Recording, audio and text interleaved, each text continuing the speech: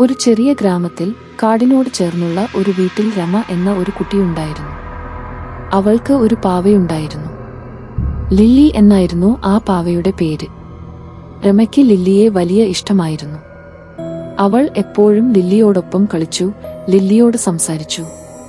ഒരു ദിവസം രമ ലില്ലിയെയും കൊണ്ട് കാടിന്റെ അടുത്തുള്ള ഒരു പഴയ ഉപേക്ഷിക്കപ്പെട്ട വീട്ടിലേക്ക് കളിക്കാൻ പോയി.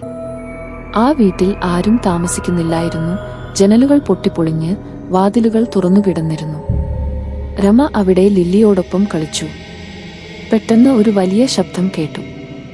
രമ പേടിച്ച് ലില്ലിയെ അവിടെ ഉപേക്ഷിച്ച് വീട്ടിലേക്ക് ഓടി. രാത്രിയായിട്ടും രമയ്ക്ക് ലില്ലിയെ മറക്കാൻ കഴിഞ്ഞില്ല.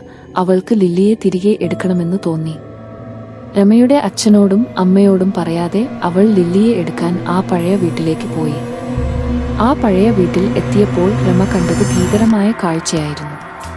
ലില്ലി തറയിൽ കിടക്കുന്നുണ്ടായിരുന്നു. അവളുടെ കണ്ണുകൾ ചുവന്നിരുന്നു. അവളുടെ മുഖത്ത് ഒരു ദുഷ്ടചിരി. രമ പേടിച്ച് നിലവിളിച്ചു. ലില്ലി പതിയെ എഴുന്നേറ്റ് രമയുടെ അടുത്തേക്ക് വന്നു. അവളുടെ കൈകൾ രമയുടെ കഴുത്തിലേക്ക് നീണ്ടു. രമ കണ്ണുകൾ ഇറുക്കിയടച്ചു. അവൾക്ക് ശ്വാസം കിട്ടാതെയായി. അപ്പോഴാണ് അവളുടെ അച്ഛനും അമ്മയും വിളിക്കുന്ന ശബ്ദം കേട്ടത്. അവർ രമയെ തിരഞ്ഞു വന്നതാണ്. ലില്ലിയുടെ കൈകൾ പതിയെ അയഞ്ഞു. രമ കണ്ണുകൾ തുറന്നു നോക്കി.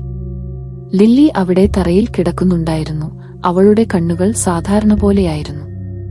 രമ പേടിച്ച് ഓടി അച്ഛന്റെയും അമ്മയുടെയും അടുത്തെത്തി. അവർ രമയെയും കൊണ്ട് വീട്ടിലേക്ക് മടങ്ങി. അതിനുശേഷം രമ ഒരിക്കലും ആ പഴയ വീട്ടിലേക്ക് പോയില്ല. ലില്ലിയെക്കുറിച്ച് അവൾ പിന്നീട് സംസാരിച്ചില്ല. പക്ഷേ രാത്രിയിൽ ഉറങ്ങാൻ കിടക്കുമ്പോൾ ജനലിലൂടെ ലില്ലിയുടെ ചുവന്ന കണ്ണുകൾ തന്നെ നോക്കുന്നത് രമ ചിലപ്പോൾ കണ്ടിരുന്നു.